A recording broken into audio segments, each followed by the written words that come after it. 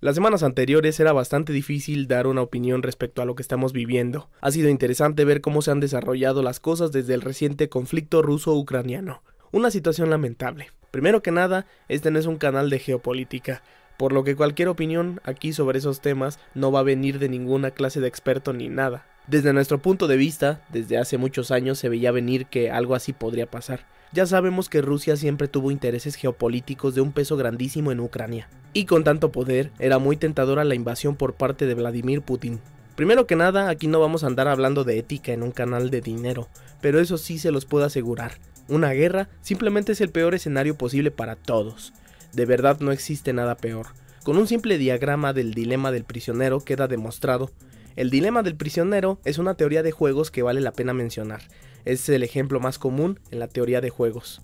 Vamos al ejemplo del libro. La policía arresta a 2 sospechosos. No hay pruebas suficientes para condenarlos, y tras haberlos separado, los visita a cada uno y les ofrece el mismo trato. Si uno confiesa y su cómplice no, el cómplice será condenado a la pena total, 10 años, y el primero será liberado.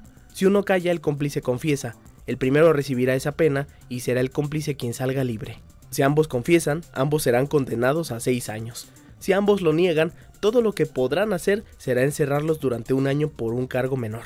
Esto está muy fácil de resolver. La gente solo piensa en ganar o perder. Si yo encubro a mi compañero y él me traiciona, pasaré 10 años en prisión. Entonces voy a delatarlo, porque probablemente él también lo hará. Y si él no me traiciona y yo sí, yo salgo libre y él se queda 10 años en la cárcel. Si ambos nos traicionamos, duraremos 6 años.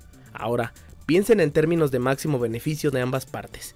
Si los dos pasan 6 años, 6 más 6 son 12. Si uno traiciona y otro no, 0 más 10 son 10.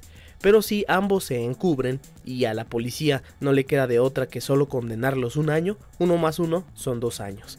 Sin ninguna duda el mejor resultado es que ambos se encubrieran. Sería el máximo beneficio común. Esa es la opción más lógica. Pero ante la incertidumbre de qué va a hacer el otro, ambos tienden a traicionarse. La condena de 6 años para ambos es sin duda la peor, y la de 10 años para uno y 0 para el otro, pues es una traición de lo peor. A cada escenario se le llama equilibrio. El equilibrio donde ambos ganan es el equilibrio ineficiente. El equilibrio donde uno gana y otro pierde es el equilibrio de Pareto, y donde ambos pierden es el equilibrio de Nash. Tristemente, el equilibrio de Nash es al que muchas personas llegan, pensando que le van a ganar a su contrincante. Pero sin duda, la mejor opción es que ambas partes ganen. Es como la persona que pone 20 pesos para las chelas y se toma 20, o como el mecánico ratón que todos sabemos que roba. Este tipo de personas sienten que se pueden pasar de listas. Miren al de los 20 pesos, al rato nadie lo va a invitar. Al mecánico ratón lo van a quemar en todos los grupos de Facebook de su ciudad, y al rato se va a quedar sin clientes. Esa gente solita se hace daño haciendo esto. Los únicos que yo he visto que pueden hacer eso sin consecuencias son los políticos.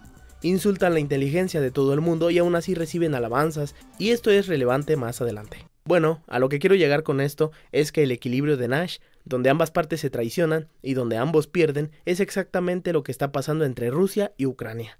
Se van a matar y no van a llegar a nada. Este cuento es muchísimo más viejo que la humanidad misma. Podríamos decir que desde que empezó la vida, empezó este conflicto. Por si necesitan más información de este tema, busquen el libro de Robert Axelrod, La evolución de la cooperación. Entonces, no estamos viviendo nada nuevo. Es solo que a nosotros nos tocó vivir una época relativamente pacífica. Venimos de tiempo de relativa paz. No nos tocó, por ejemplo, vivir todo el siglo XX, donde a cada rato le hacían caso a cualquier personaje impresentable, lo ponían en el poder y este les decía que era buena idea matarse con sus vecinos. Al final terminaron con unas matanzas horripilantes y lo más curioso de todo, ¿qué ganaron? Nada.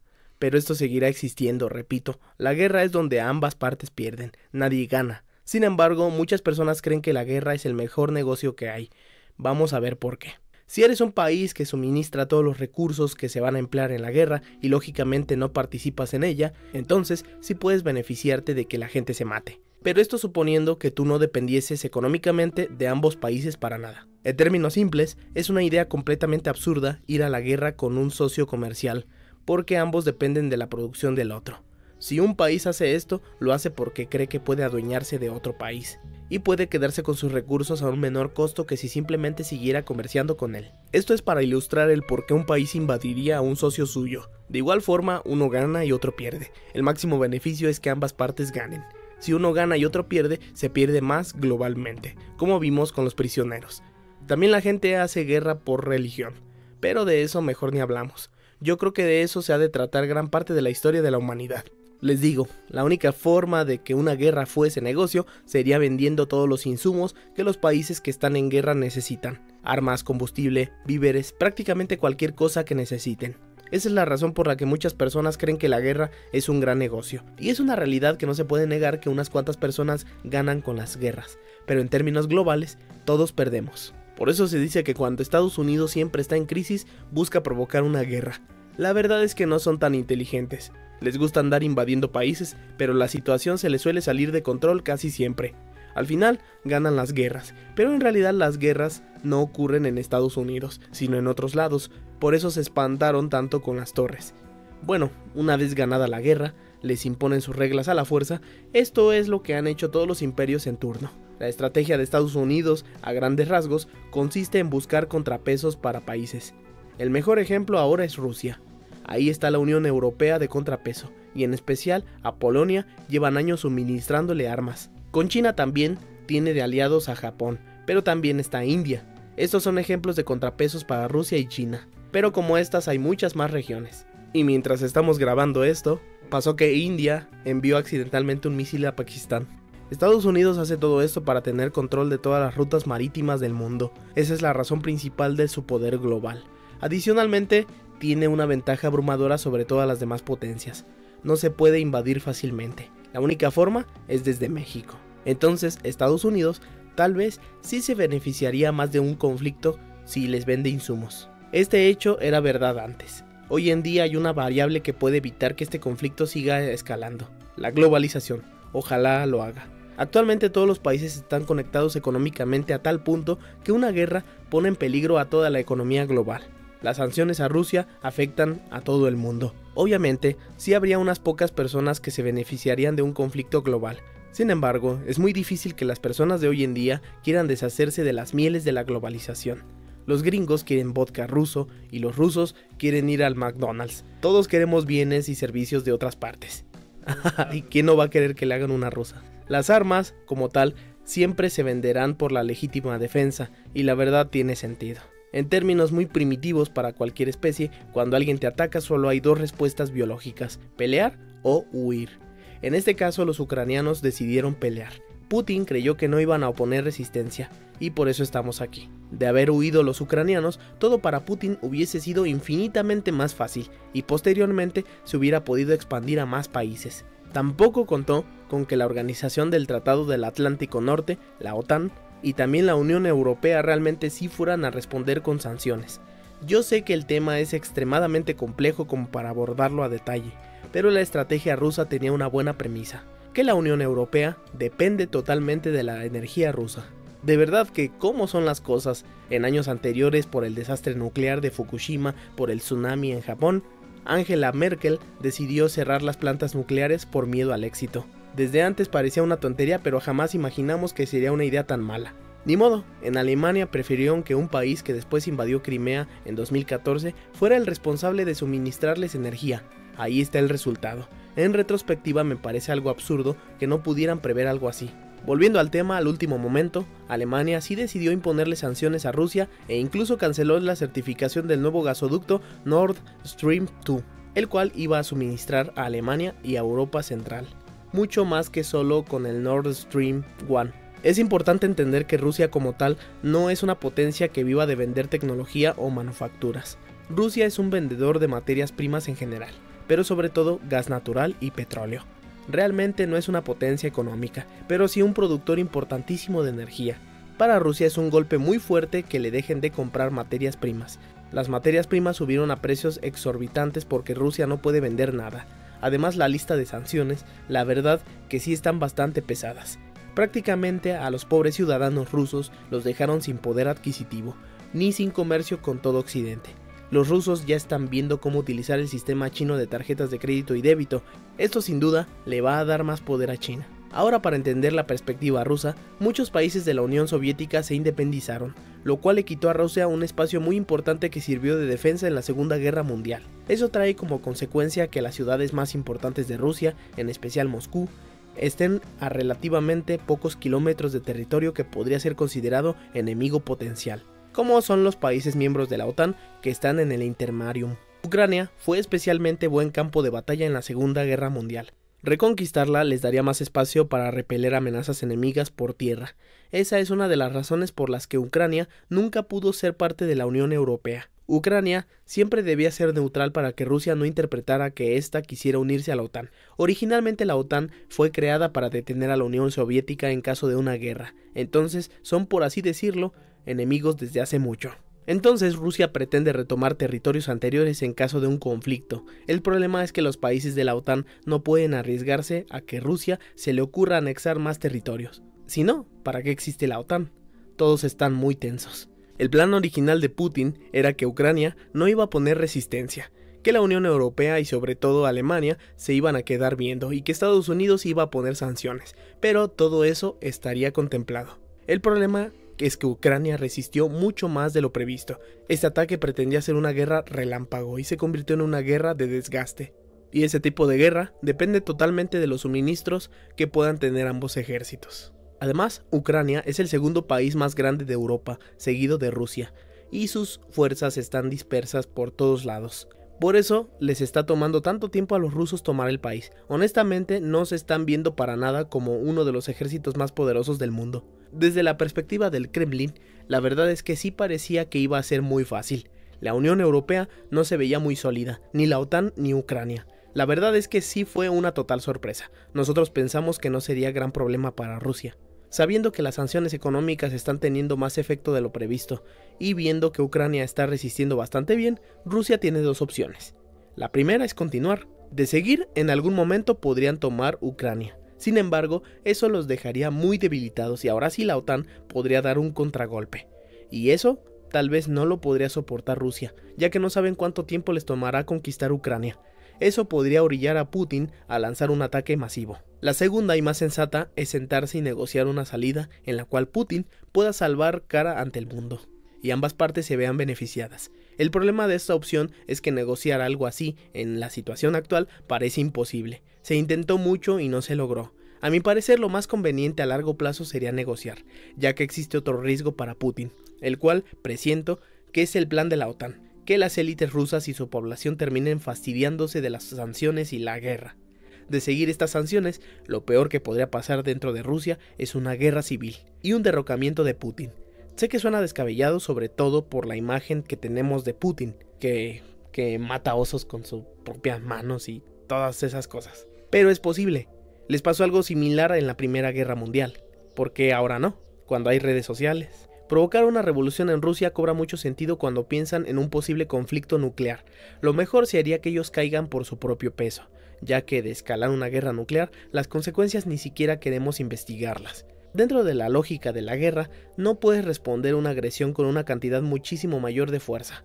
Tienes que responder con una cantidad similar de fuerza. Enseñar todas tus cartas te pondría en desventaja. O sea, que no le vas a lanzar una bomba nuclear a un país solo porque el presidente de ese país te insultó. No tiene ningún sentido. El problema es que si directamente Putin se siente acorralado, sí podría llegar a utilizar armamento nuclear. Indudablemente esto sería una situación absurda. El armamento nuclear en realidad no es una opción para nadie. Los daños colaterales pueden llegar a ser inimaginables. La radiación no es cosa de juego, pero hay gente que solo quiere ver al mundo arder. No tiene mucho sentido invadir un territorio si hay que limpiar la radiación. Pero supongamos que Rusia sí utiliza armamento nuclear. Con base en la lógica antes mencionada, la respuesta de la OTAN también sería nuclear. Entonces al final Rusia podría perder más de lo que ganaría si Putin se sentase a negociar. En mi opinión es lo más sensato y lo que más le conviene a largo plazo, aunque hay muchísima información que nosotros no conocemos y él sí. Quizá él considera que sí le conviene. A lo mejor los bots lo convencen de que sí puede, sus propios bots. Y hablando de información, en estos momentos se habla de que hay guerra informática a nivel mundial. La información real de qué está pasando en Ucrania y en Rusia no la conocemos, pero los hackeos podrían volverse cada vez más comunes. La guerra de desinformación por ambos bandos es abrumadora. En estos momentos es difícil tener información verificada. Solo agencias de inteligencia que cobran mucho por esta información saben realmente lo que está pasando. Aquí no somos geopolíticos, así que este video tómenlo como una opinión nada más. Ahora lo que a nosotros sí nos está afectando directamente es la incertidumbre que esto ha provocado. Incluso ya ni nos acordamos del bicho con todo esto que está pasando. Las bolsas de todo el mundo están en una situación crítica, pero por algún extraño motivo no están desplomándose todavía. Con excepción de la bolsa rusa, esa sí está por los suelos, pero no la den por muerta todavía. ¿Qué tal si un día de estos Putin decide sentarse a negociar, se acaba la guerra y vuelve a subir? Esa sí sería una estafa a toda regla, porque los que comprarían todo baratísimo. Siempre hay que abordar estas posibilidades, pero como dije, la información no la tenemos, y el panorama de todo esto cambia minuto a minuto. Puede que incluso en lo que se sube este video ya cambiaron un montón de cosas.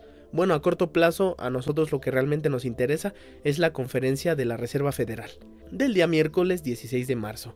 En ella, Powell tomará la decisión de subir o no la tasa de interés. La mayoría de los analistas ya lo están dando por descontado. Sin embargo, con la situación de la guerra no está 100% clara la decisión, pero ya lo están dando como un hecho. La mayoría piensa que la subirá de 0% a 0.25%, o sea, casi nada. Lo que sea que pase en esta reunión despejará mucha incertidumbre en los mercados. La Fed en este momento está en una encrucijada con la inflación, el petróleo y la guerra.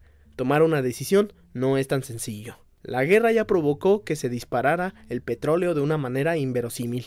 Que suba el petróleo así es muy malo para todos, ya que hoy por hoy sigue siendo la mayor fuente de energía que utilizamos. El petróleo subió 25% del 28 de febrero al 4 de marzo en vela semanal. Después tuvo una fuerte corrección, ojalá se quede ahí y no suba en un buen rato. Que el petróleo suba provoca inflación en prácticamente todo lo que consumimos. La subida del petróleo y la dependencia de la energía rusa en Europa provocará que se desarrollen las energías alternativas de una forma muy acelerada, pero no será en un día. Será similar a como el bicho aceleró las vacunas, el comercio en línea y las videoconferencias. O sea, más rápido, pero no exageren tampoco. En el supuesto de que continúe la guerra, aunque suban las tasas de interés, de todos modos habrá inflación. Pueden seguir subiéndolas, pero no servirá de mucho, porque los insumos seguirán subiendo debido a las sanciones de la guerra. A este fenómeno se le conoce como estanflación. Es cuando la inflación es alta y hay un estancamiento del crecimiento económico. Es un escenario bastante malo. Es como lo que se vive en México desde que la inflación empezó a crecer. El problema es que ya podría pasar a ser global, y la recuperación de varios países posteriores al bicho se perderían. Sería como volver a vivir en 2020 pero con guerra. Esperemos que no se alargue más el conflicto, porque no solo serían los muertos, también la inflación sería cada vez mayor y sin crecimiento. Esto empobrecería a la población mundial. En una estanflación, definitivamente veríamos a casi prácticamente todos los mercados caer, menos al de materias primas. Los índices bursátiles también caerían, quizá tengan un último impulso antes de caer. Ahora sí, que el único refugio serían metales preciosos. Existe una tercera opción. Si la guerra sigue escalando mucho tiempo, la Reserva Federal podría abandonar su plan de subir tasas y recortar estímulos monetarios, para ponerse a imprimir muchos más dólares para financiar la guerra. Es una idea en la que es mejor no pensar. Pero en este escenario prácticamente todos los mercados seguirían subiendo. De momento, yo creo que esta guerra dejó de ser viable para Rusia. Lo lógico sería negociar, pero nosotros solo podemos opinar. La guerra empezó siendo una guerra económica y esto lleva décadas. Actualmente ya empezaron las primeras hostilidades, pero en una guerra se pelea en todos los frentes. No hay que olvidarnos de China. De momento, el miedo que se tenía era que invadiera Taiwán. Suponemos que con ver las sanciones económicas a Rusia, de momento no piensa hacerlo. Y por último, recientemente he escuchado una idea interesante. Algunos analistas creen que tanto Rusia como a China se les está ocurriendo la idea de respaldar sus monedas con el oro que tienen en sus reservas. Es una idea interesante, pero de momento Rusia no puede usar más de la mitad de sus reservas. El solo rumor es perturbador. Los demás bancos centrales tendrían que hacer lo mismo y comprarían oro y plata desesperadamente. De momento no se sabe si algo así pueda ocurrir, pero es una idea interesante. Si en algún momento llegara a pasar algo así, el precio del oro se dispararía. Mientras tanto, aquí siempre hemos mencionado que el oro y plata eran buenas inversiones a largo plazo. De igual forma, aquí solo damos opiniones, nadie es asesor financiero. Por último, las criptomonedas. Con el conflicto actual se demostró el potencial de estas y que pueden tener una gran utilidad. Tanto del lado ruso como del ucraniano, funcionó para que los ciudadanos guardaran su poder adquisitivo en billeteras frías, pero siguen siendo activos de alto riesgo. En otro video se mencionó la posibilidad de que las manos fuertes tumben el precio del Bitcoin mucho más para comprar a precios muy bajos. Esta posibilidad sigue siendo real. Si quieren comprar, sean muy precavidos, por favor. Bueno, será interesante ver cómo se va desarrollando todo esto. Aquí seguiremos comentándolo. Y en cuanto al costo de la gasolina en México, respecto a los otros países, solo les diré que es algo muy tramposo. Si son inteligentes, saben por qué. Y si no, pues sigan aplaudiendo como focas.